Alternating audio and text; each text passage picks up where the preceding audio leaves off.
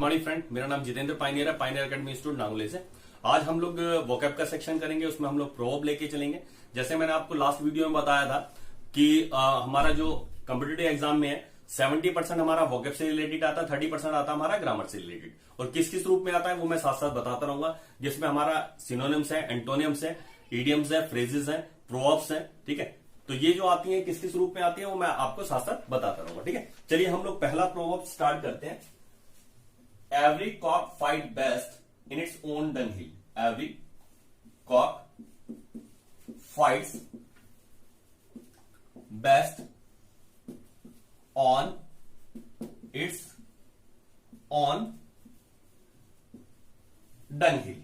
ठीक है, Every cock fights best on its own dunghill. अब देखो यहां बच्चों on ON आ रहा है और यहां OWN आ रहा है। ठीक है, तो इसका ध्यान रखना आप लोग। ठीक है, तो every cock fights best on its own dunghill, जैसे हम लोग इसको डिफाइन करते हैं। एवरी कॉक, हर मुर्गा, फाइट्स, लड़ता है, बेस्ट, बहुत बढ़िया, ऑन इट्स ओन डंगिल। डंगिल होता है बच्चों दड़वा, जहां मुर्गों को रखा जाता है। Every cock fights best on its own dunghill. ये तो हमारा इंग्लिश में हो गया। हिंदी में क्या होता है? अपनी गली में कुत्ता भी शेर होता है। ठीक है, अब ये इलाके से रिलेटेड नहीं है, इलाके से भी ले सकते हैं हम लोग। ठीक है, जहां जिस व्यक्ति का क्षेत्र होता है वो वहां ज्यादा प्रभावशाली होता है। ठीक है, और यहां हम फील्ड से भी ले सकते हैं। अब कोई मैथमेटिक्स की फील्ड में बढ़िया है तो हम कह सकते हैं इट्स योर फील्ड। ठीक है, every cock fights best on its own dunghill. चलिए हम लोग अगला लिखते हैं। A blind man is no जज of colours. A blind man is no जज ऑफ कलर्स। ठीक है, a blind man is no जज ऑफ कलर्स। तो ये क्या है? ए ब्लाइंड मैन, एक अंधा व्यक्ति, इज नो जज ऑफ कलर्स, वो कलर के बारे में ज्ञान नहीं रखता, उसके बारे में डिफाइन नहीं कर सकता, बता नहीं सकता, उसको जज नहीं कर सकता ना।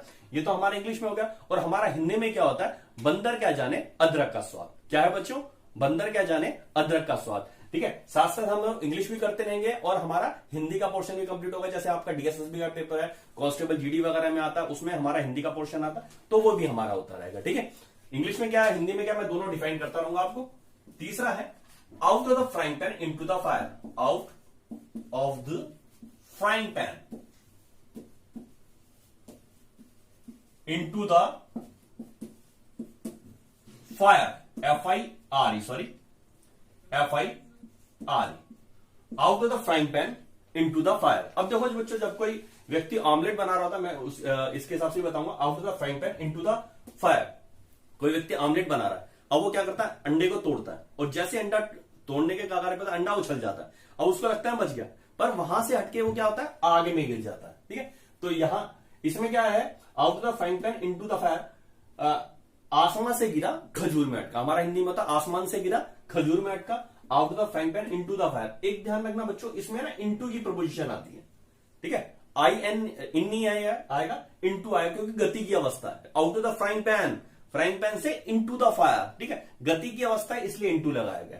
और आपका जैसे हमारा पैसेज वगैरह, जैसे मैं बता रहा था किस किस रूप में आता है, अभी मैं आपको इसको डिफाइन करता हूं। मान लीजिए आपका फिलर्स में आएगा, तो यहां पे इसको इस तरह से खाली स्थान में आ जाएगा। ठीक है, रिक्त स्थान भरने में आएगा, फिलर्स में, फिल इन द ब्लैंक्स में। तो आपको यहां फिल करना पड़ेगा। 4 ऑप्शन देगा भाई, क्या आना चाहिए, तो आपको पता होना चाहिए। इन आना चाहिए, एट आना चाहिए, इनटू आना चाहिए, क्या आना चाहिए ना। तो ये आपको ज्ञात होना चाहिए कि भाई इसमें इनटू आएगा, INTO, इनटू। ठीक है, दूसरा क्या है? आपको करेक्शन एरर में भी आ सकता है, A, B, C और D। आपसे पूछा जा सकता है एरर बताइए, कौन सा एरर है। ठीक है, तो आपको एरर में बताना पड़ेगा। मान लीजिए यहां पे द नहीं लगा, ए लगा है। ठीक है, तो यहां आपको बताना पड़ेगा भाई द आर्टिकल आता है। ठीक है, out of the frying pan into the fire. तो आपको इस चीज की जानकारी होनी जरूरी है, कहां पे क्या क्या चीज लगाई गई है, इनको आपको रटना तो पड़ेगा ही। समझ रहे हैं बात? ठीक है, बिना रटे आपका काम नहीं चलेगा। ठीक है, जैसे हम लोग मान लीजिए हिंदी में पूछा जाता है भाई हाथ पे गेहूं नहीं उगता या गेहूं नहीं जमता। ठीक है, अभी आप कोई व्यक्ति उसको सुन रहा है तो उसको जानकारी नहीं हो भाई ग्रामेटिकली क्या मिस्टेक है। बट हमारा हिंदी में क्या है? हाथ पर सरसों नहीं उगती या हाथ पर सरसों नहीं जमती। ठीक है, तो सरसों है तो सरसों ही लगाना पड़ेगा। ठीक है, ये है out of the frying pan into the fire. ठीक है, तो यहां पे फायर ही आएगा, इसके अलावा कुछ नहीं आएगा, ऑन फ्लोर नहीं आएगा। ठीक है, ये है। तो आप लोग इसको ध्यान से करें। अगला लिखते हैं हम बच्चों, fourth will be out of site, out of mind, out of site, SIGST, out of site, out of mind, MIND, ठीक है, out of site, out of mind. तो क्या होता है, आंख ओझल पहाड़ ओझल, out of site, out of mind, ठीक है। अगर आप साइड से, आंखों के आगे से व्यक्ति चला गया, कोई वस्तु चली गई, तो आउट ऑफ माइंड, माइंड से भी चली जाती है, ठीक है। तो ये क्या कहता है, आंख ओझल पहाड़ ओझल, आंखों के आगे से तो पहाड़ भी ओझल हो जाता है, ठीक है, out of site, out of mind. अगला फिफ्थ करते हैं हम लोग बच्चों, man proposes but God disposes, ठीक है। Fifth will be man proposes, PROPOSES, man proposes but God disposes, ठीक है बच्चों। Man proposes but God disposes, man propose करता है ईश्वर को, कोई अपनी बात बताता है, ठीक है, कोई प्रस्ताव रखता है कि भाई मेरे साथ ऐसा हो, बट गॉड डिस्पोजेस, ठीक है, बट ईश्वर उसको डिस्पोज कर देता है, नकार देता है, ठीक है। तो क्या कहता है, आदमी कुछ सोचता है, ईश्वर कुछ करता है, ठीक है। ईश्वर क्या चाहता है हमारे बारे में, अच्छा या बुरा क्या है, वो ईश्वर जानता है कि हम तो अपना काम प्रपोज कर सकते हैं, man proposing but God disposing, ये ईश्वर की इच्छा क्या है उसकी हमें जानकारी नहीं है। Man proposing but God disposing, आदमी कुछ सोचता है, ईश्वर कुछ करता है, ठीक है। चलिए हम लोग सिक्स करते हैं, man is known by the company he keeps, ठीक है। छठा है मैन इज नोन, ठीक है। अब देखो ये क्या पैसिव वॉइस है, इसलिए थर्ड फॉर्म आ रही है, व्यक्ति को जाना जाता है। Man is known by the company he keeps,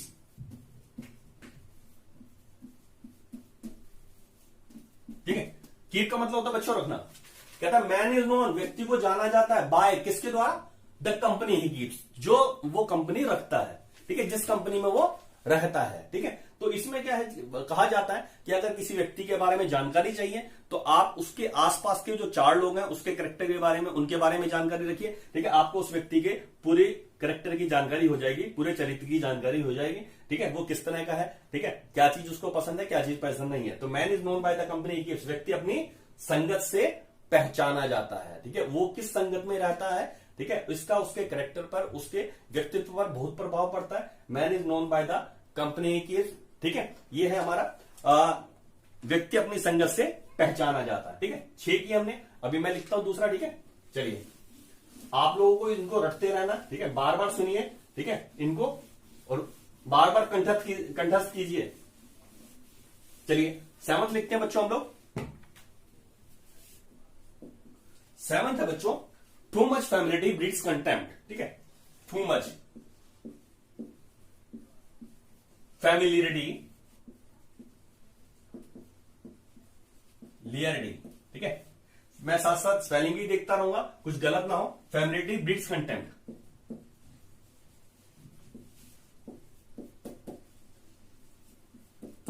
ठीक है।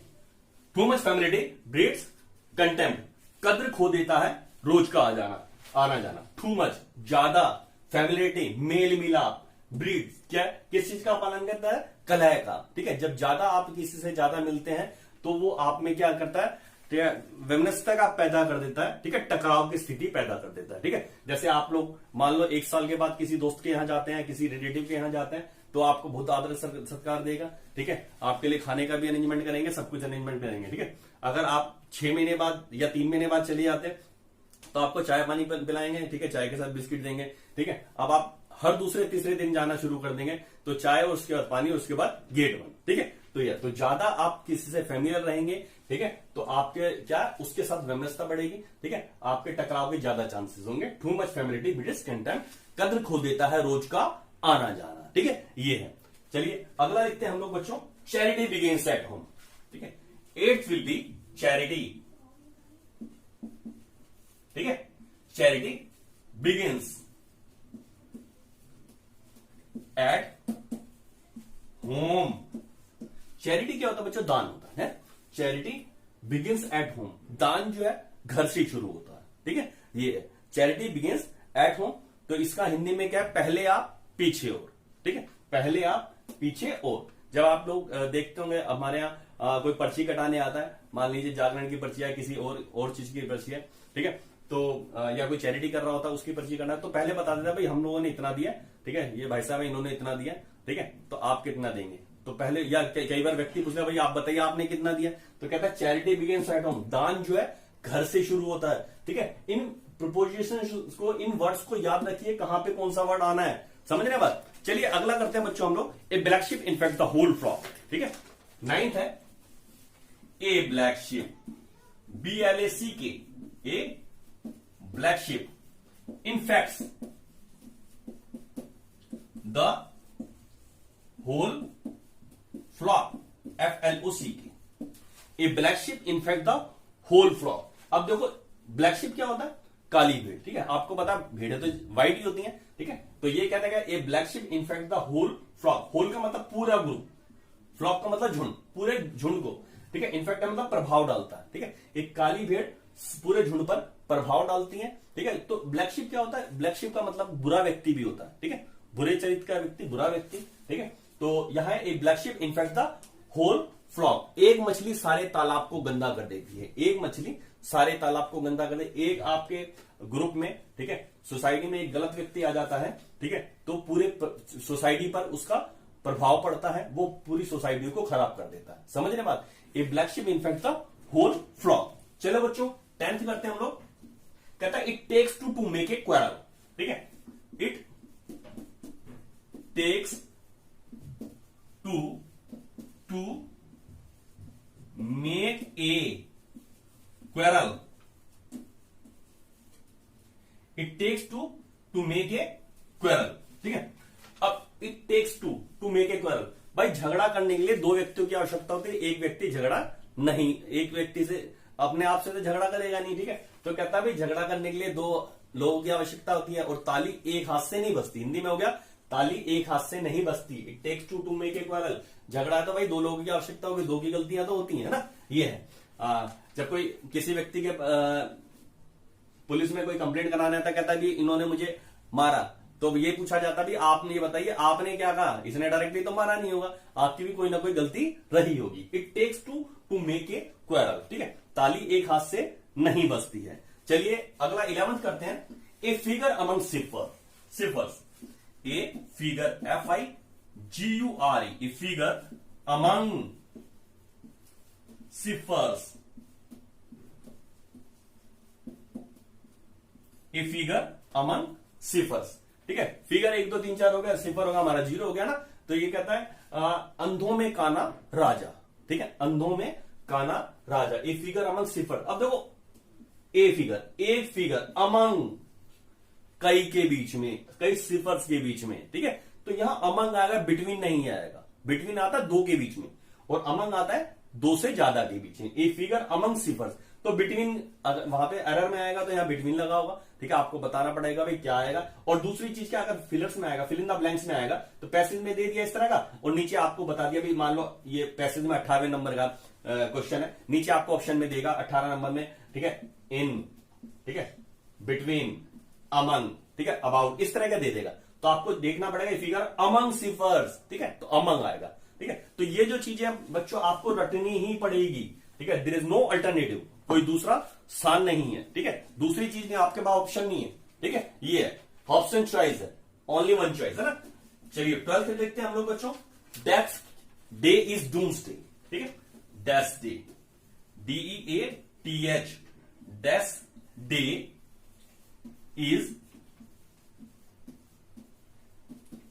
डूम्सडे, ठीक है, दैट्स डे इज डूम्सडे। भाई मृत्यु का जो दिन होता है, ये अपोस्ट्रोफी है, इसका मतलब होता है का, दैट्स डे इज डूम्सडे, मृत्यु का दिन जो होता है वो प्रलय का दिन होता है, ठीक है। ये जिस दिन जो व्यक्ति मर रहा है उसके लिए उसी दिन प्रलय आ जाती है, ठीक है, भाई पृथ्वी उस दिन उसके लिए खत्म होगी। मान लीजिए आजकल कोरोना चल रहा है, ठीक है, अभी किसी व्यक्ति को आज जो मरने वाला है, अंतिम सांसें गिन रहा है, ठीक है, लास्ट मोमेंट पे उसको कहा भाई एक हफ्ते बाद उसकी दवा आ जाएगी, एक महीने बाद दवा आ जाएगी, तो उसको वो कहता भाई मैं आज मर रहा हूं, मेरे लिए आज ही प्रलय का दिन है, ठीक है, कल क्या होगा उससे मुझे मतलब नहीं है, ठीक है, मेरे लिए तो आज ही सब कुछ खत्म हो जाएगा, दैट्स डे इज डूम्सडे, ठीक है। चलिए अगला लिखते हम लोग,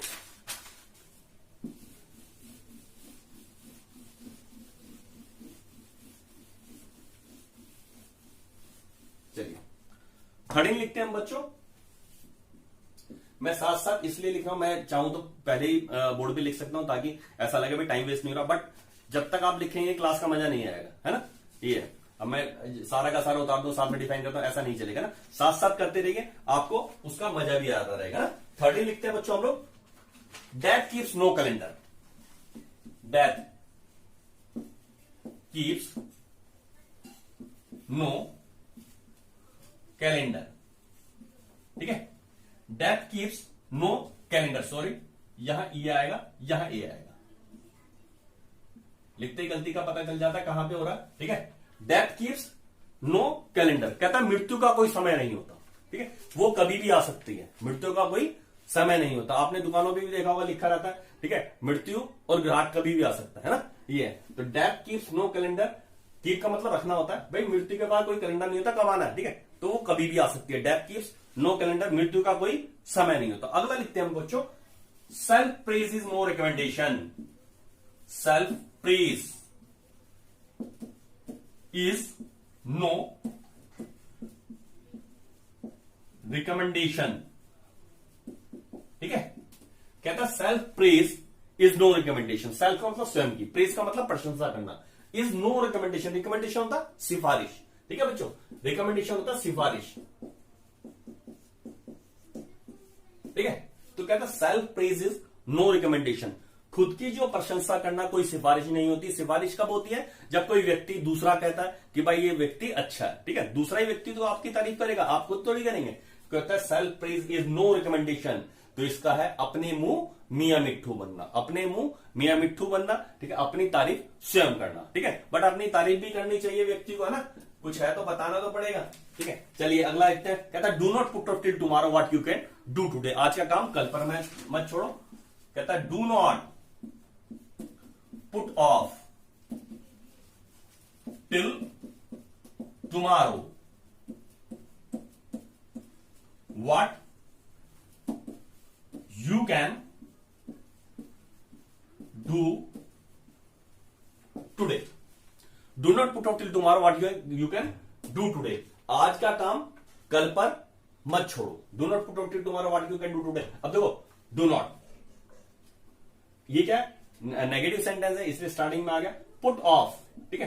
पुट का मतलब रखना, ऑफ का मतलब सेपरेशन का केस है, अलग होना, समझ रहे बात, ठीक है। ये सेपरेशन का केस है, इसलिए OFF आ रहा है। जहां भी सेपरेशन का केस होगा वहां OFF आएगा। जैसे होता है जहाज जब उड़ता है तो धरती से अलग होता है तो टेक ऑफ आता है, ठीक है। जब कोई वस्तु गिरती है तो अलग हो रही है वहां से, ठीक है, तो फॉल ऑफ आता है, ठीक है। तो यहां पुट ऑफ, आज का काम आप कल पर छोड़ रहे हो, तो एक वो सेपरेशन हो रहा है, आज से कल की तरफ जा रहा है, ठीक है, तो अलग हो रहा है, इसलिए पुट ऑफ आ रहा है। तो do not put off till tomorrow what you can do today, जो काम आज कर सकते हैं उसे कल पर न छोड़ें, ठीक है। ये कहा जाता है ना भी आज का काम कल पर ना छोड़ो, मत छोड़ो, ठीक है। Do not put off till tomorrow what you can do today. अगला है बच्चों 16 लिखते हैं। कहता है better alone than in bad company, better BETTER, better alone than in bad company,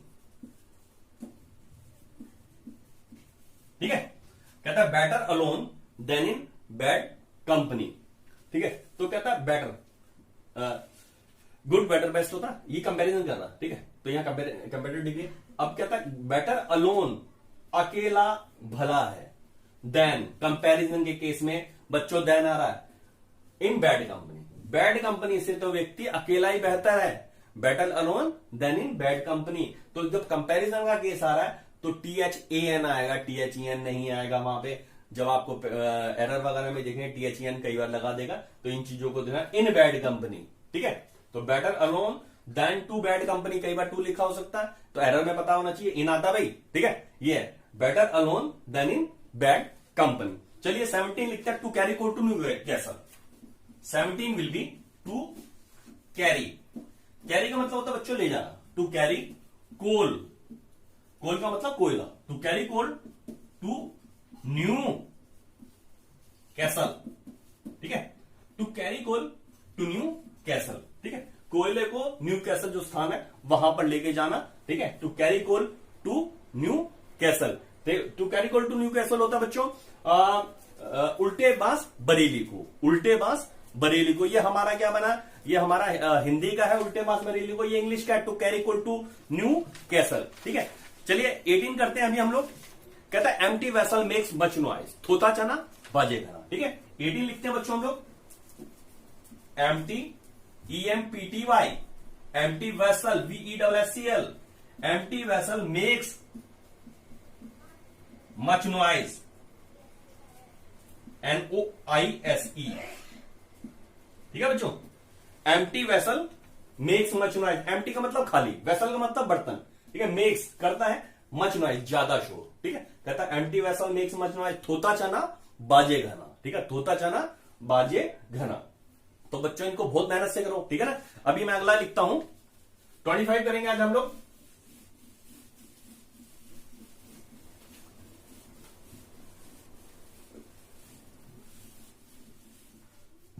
nineteen 18 कर लिया हमने, 19 है where there is a rose there is a thorn. ठीक है, वेयर, चलिए इससे पहले एक अगला, where is a rose there is a thorn. Where, चलिए ये लिखते हैं, where there is a rose there is a thorn, there is a thorn. ठीक है, थॉर्न होता है बच्चों कांटा। ठीक है, where there is a rose there is a thorn, जहां फूल वहां कांटा। ठीक है, जहां फूल वहां कांटा, where there is a rose there is a thorn. अगला लिखते हैं 20, while in Rome do as the Romans do, while in Rome do as the Romans do. ठीक है, while in Rome do as the Romans do. ठीक है, while जब, ठीक है, या जिन क्षणों में। ठीक है, वाइल इन रोम जब आप रोम में हैं, ROME, do as the Romans do, वैसा ही व्यवहार करें जैसा रोमन्स करते हैं। अपोस्ट्रोफी एस लग रहा है, रोम में रहने वाले, रोम के जो वासी हैं, निवासी हैं, जैसा व्यवहार वे करते हैं वैसे ही आपको करना पड़ेगा। While in Rome do as the Romans do. ठीक है, जैसा, तो हिंदी में क्या हुआ, जैसा देश वैसा देश, जैसा आपका जिस देश में रहेंगे उसी देश में आपको रहना पड़ेगा, उसके नियम कायदे कानून आपको मानने पड़ेंगे। ठीक है, लॉ के सामने सभी सेम है।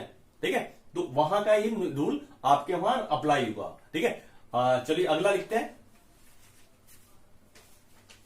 21, कहता है बार्किंग डॉग सेल्डम बाइट। ठीक है, बार्किंग डॉग्स सेल्डम बाइट। ठीक है बच्चों, barking dog seldom bite, barking dogs भौंकने वाले कुत्ते, सेल्डम कभी कभार, बाइट काट लेते हैं। ठीक है, तो ये क्या कहता है, भौंकने वाले जो कुत्ते भौंकते हैं कभी कभी काट भी लेते हैं। सेल्डम आता है कभी कभार, SELDUM। ठीक है, सेल्डम कभी कभार। ठीक है, और इसका हिंदी में क्या होगा, बार्किंग डॉग सेल्डम बाइट, जो गरजते हैं वो बरसते नहीं, जो गरजते हैं, जो बादल गरजेंगे वो बरसेंगे नहीं। ठीक है, तो इंग्लिश में है बार्किंग डॉग सेल्डम बाइट, और हमारा हिंदी में, ठीक है, जो गरजते हैं वो बरसते हैं। ये तो कहता है यार जो भौंकेगा वो कभी कभी काट भी लेगा, और हमारा हिंदी में क्या है, हिंदी में कहता है कि जो गरजता है वो बरसता ही नहीं है। हम बिल्कुल 100% उसको नकार देते हैं, और ये कहता है भाई कभी कभार हो जाता है ऐसा ना, समझ रहे बात, तो ऐसा रहेगा। चलिए 22 करते हैं, 22 as you sow so shall you reap, जैसा करोगे वैसा भरोगे। ठीक है, as you sow shall you reap.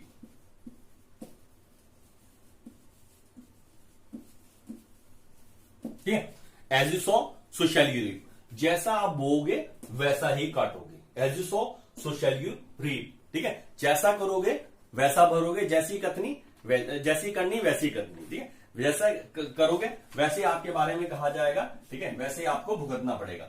अगला 23 है, near the church farther from heaven. ठीक है, ये है नियरर, नियर से बना है, nearer the church, CHURCH, near the church farther from heaven. ठीक है, ये near the church farther from heaven, तो ये क्या होता है, दिए तले अंधेरा। ठीक है, near the church farther from heaven, दिए तले अंधेरा। तो 23 हुआ, 24 लिखते हैं बच्चों, slow and steady wins the race. ठीक है, 24th है slow and steady, slow and steady wins the race. ठीक है, कहता है स्लो हो, धीमा हो बट स्टडी हो, एंड स्टडी हो, स्लो हो बट निरंतर हो, लगातार होता रहे, slow and steady wins the race. तो ये क्या कहता है, सहज पके सो मीठा होए, सहज पके सो मीठा होए। अगर आप कोई कार्य कर रहे हैं, ठीक है, स्लो कर रहे हैं, ठीक है, कोई बात नहीं, बट आपको स्टडी भी रहना है, निरंतर भी रहना, ठीक है, जब भी आप सक्सेसफुल हो सकते हैं। ठीक है, आपने और टोर्टोइज की और रैबिट की कहानी सुनी है। ठीक है, तो जो टोर्टोइज होता है वो स्पीड पकड़ता है, उसके बाद वो रुक जाता है, बट जो टोर्टोइज होता है वो लगातार चलता रहता है, स्लो रहता है बट स्टडी है। Slow and steady wins the race, सहज पके सो मीठा होए। ठीक है, चलिए बच्चों लास्ट करते हैं आज का 25th है, time once lost is never found again. ठीक है, time once lost is never, sorry, time was lost is never found again। ठीक है, टाइम वंस लॉस्ट, एक बार जो समय चला जाता है, टाइम वंस लॉस्ट एक बार हो गया, इज नेवर फाउंड अगेन, वो दोबारे लाइफ में दोबारे नहीं आता। Time once lost is never found again, कभी भी आपको दोबारा नहीं मिलेगा। ठीक है, तो इसके लिए क्या कहा जाता है, बीता समय हाथ नहीं आता, जो चला गया वो चला गया, गया वक्त हाथ नहीं आता, बीता समय हाथ नहीं आता। ठीक है, तो अच्छी अच्छी प्रोवर्ब है बच्चों। ठीक है, तो ये जैसे एक इसी में एक और आता है, टाइम इज टिकिंग अवे। ठीक है, जैसे हम लोग कहते हैं समय बीतता जा रहा है, तो बच्चे क्या करते हैं, वो बताते हैं टाइम इज गोइंग ऑन। ठीक है, तो इसका टाइम इज टिकिंग अवे, जैसे हमारी घड़ी की सुई टिक करती है, हर सेकंड के साथ टिक टिक टिक, तो उसके एक टिक के साथ ही समय आगे बढ़ता जाता है। ठीक है, वो टिक की आवाज उस क्षण में जो सुनी है वो दोबारा क्षण आपके जीवन में वापस नहीं आ सकता। तो कहता है time was lost is never found again. ठीक है, अगर आप समय की भी कदर नहीं करेंगे तो समय भी आपकी कदर नहीं करेगा, समय उसी की कदर करता है जो समय की कदर करता है। समझ रहे बात? ठीक है, तो टाइम वेस्ट नहीं करना, इन सभी को 25 को आप लोगों ने बिल्कुल कंटेस्ट कर लेना। कुछ जो लोग कहते हैं अपने लेक्चर में बताते हैं भाई रटना नहीं चाहिए, समझना चाहिए, ऐसा करना चाहिए। कुछ चीजें ऐसी है जो रटने से ही काम चलेगा। ठीक है, हम लोग बहुत पुराने इस फील्ड में, हमें पता है बिना रटे ये काम नहीं चाहिए, as you sow so shall rape.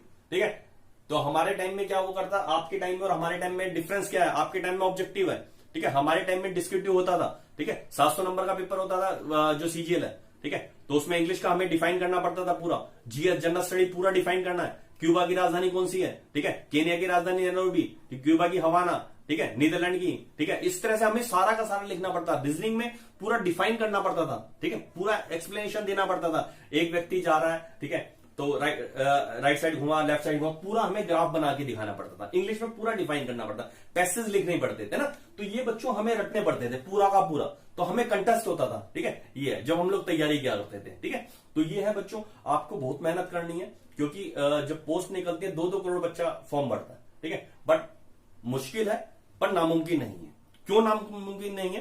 क्योंकि जो 2 करोड़ बच्चा, जो आप एक संख्या देखते हैं कि भाई 2 करोड़ बच्चा तैयारी कर रहा है, वास्तव में जो फॉर्म 2 करोड़ भर रहा है, बस वास्तव में जो तैयारी कर रहा है 1 से 1.5 लाख बच्चा ढंग से तैयारी कर रहा है, जिसको तैयारी कहा जाता है। ठीक है, अदरवाइज क्या है, ज्यादातर बच्चा 3 से 4 घंटा डेली का डेली फोन पर वेस्ट कर रहा है, दैट्स इट। ठीक है, या आपको आप आसपास के परिवेश में देख लेना, जो बच्चे तैयारी कर रहे हैं वो कितना टाइम वेस्ट कर रहे हैं। ठीक है, तो अगर आपने मोबाइल भी अपने जीवन से थोड़े टाइम के लिए हटा दिया, अच्छे टाइम चीजों के लिए आप यूज करो, ठीक है, जो आपके लिए एग्जाम में फायदेमंद हो। ठीक है, उसके अलावा आप एकदम मोबाइल को अलग हटा के चलें। ठीक है, आपकी स्टडी पे जोर दें, अपना एक टाइम टेबल बनाएं। जब तक आप टाइम टेबल नहीं बनाएंगे सक्सेसफुल नहीं हो सकते। समझ रहे?